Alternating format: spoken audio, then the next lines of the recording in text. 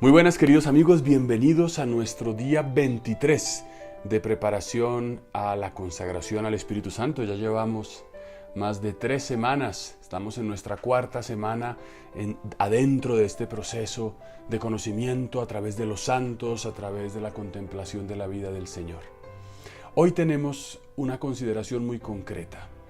Jesús, en la sinagoga de Nazaret, dice, cumpliendo la profecía de Isaías, que Él ha venido a evangelizar a los pobres, que ha venido a dar a los cautivos la libertad. Esta idea de los pobres.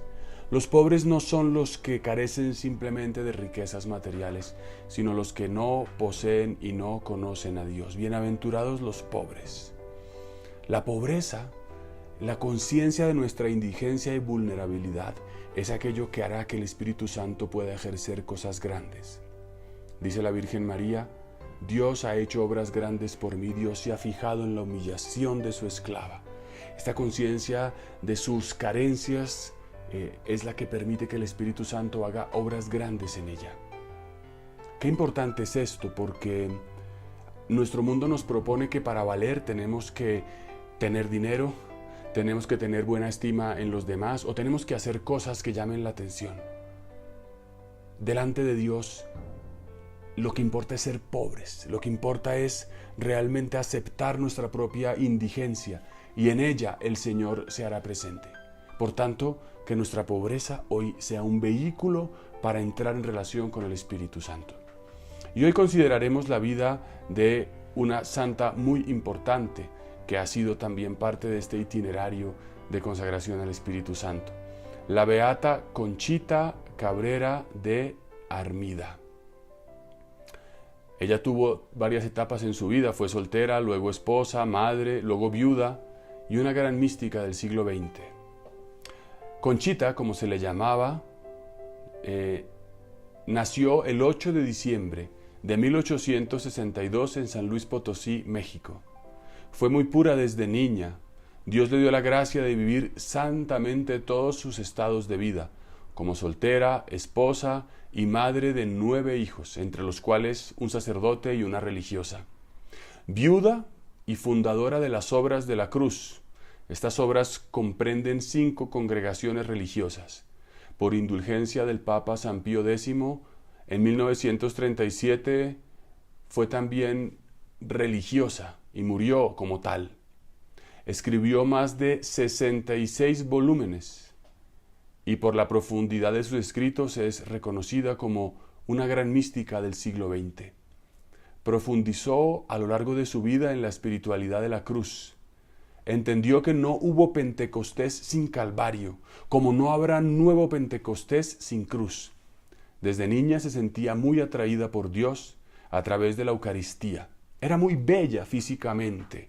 Tuvo muchos pretendientes, pero un solo novio, su esposo, Francisco Armida, Pancho.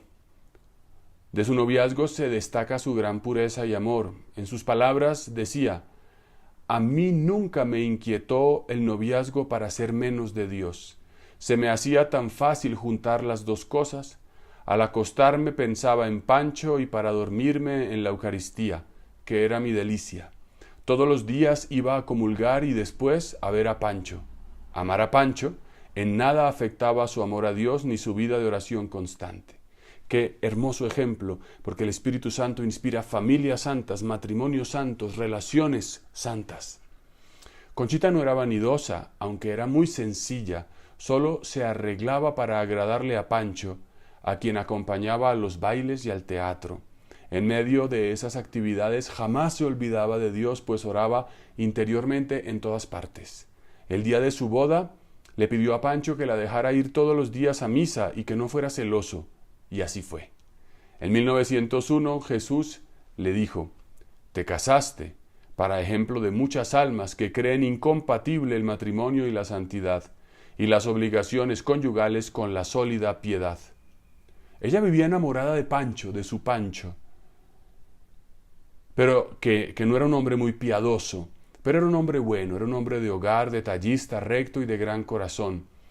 Con gran paciencia llevó a su esposo a conocer a Dios. Ella lo apoyaba a él en sus negocios y él la apoyaba a ella en su fe. Se amaron mucho, y al morir Pancho postrado en su cama, ella contaba solo con 38 años de edad y ya tenía 8 hijos, pues había muerto uno. Confiando en el Señor dijo: Dios me lo dio, Dios me lo quitó, alabado sea Dios. Y se acogió en su soledad a la viudez, al amparo de la Virgen de la Soledad. Movida por el anhelo de pertenecer más a Jesús, con permiso de su director espiritual, se grabó en el pecho con un hierro caliente el monograma JHS, y de su boca salió a partir de ese momento la pequeña oración que repetía constantemente: Jesús, Salvador de los hombres, sálvalos. Ese día nacen las obras de la cruz. La cuarentena de Conchita, estamos viendo los santos en cuarentena.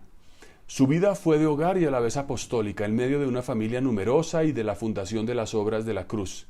La cuarentena fue más interior en su corazón.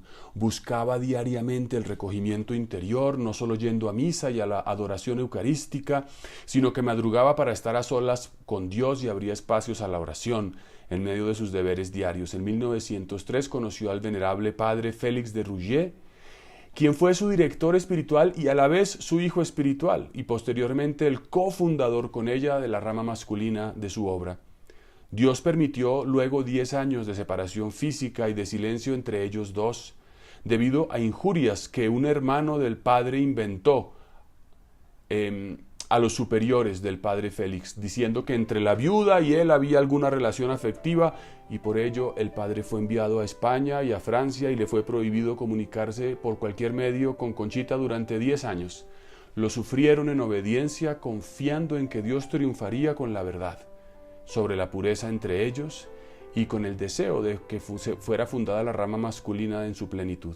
En 1906, ella recibe la gracia central de su vida, la llamada encarnación mística, una fusión intensa de su alma con la Santísima Trinidad. Dios todo lo hace bien y permitió ese dolor de la separación con su padre espiritual como un abono para la posterior fundación. En 1913, Conchita viajó a Tierra Santa y a Roma y fue recibida por el Papa San Pío X en privado, quien le concedió fundar la rama masculina con el padre Félix de los Misioneros del Espíritu Santo, la cual nació en 1914 y también tuvo permiso para tener un oratorio en casa con el Santísimo Sacramento, donde ella pasó largas horas del día y de la noche adorando a Dios. Conchita se ofreció a Dios como alma víctima de amor, entregada toda a Dios y a sus designios, y para la salvación de las almas. Es inspiradora de diversas comunidades nacientes actualmente, como la comunidad Amor Crucificado, de la cual ella es santa patrona. ¿Qué nos enseña la Beata Conchita? Que no hay Pentecostés sin cruz, que si queremos dejarnos poseer por el Espíritu Santo, de sus dones, de su fuego, de su luz, de su amor, tenemos que aprender que no podremos tener al Espíritu si no pasamos por los sufrimientos de nuestra propia transformación y nuestra renovación interior a diario. Aprendemos de ella que el amor de Dios está por encima de todo y nuestra entrega a Dios debe ser total. Oremos. Señor, danos la gracia de vivir en la pobreza, para que sea posible que venga el Espíritu Santo a nuestros corazones. Y enséñanos con Conchita a vivir santamente y en el Espíritu todas y cada una de las circunstancias de nuestra vida. Amén. Que el Señor los bendiga y los defienda en el nombre del Padre, del Hijo y del Espíritu Santo. Amén.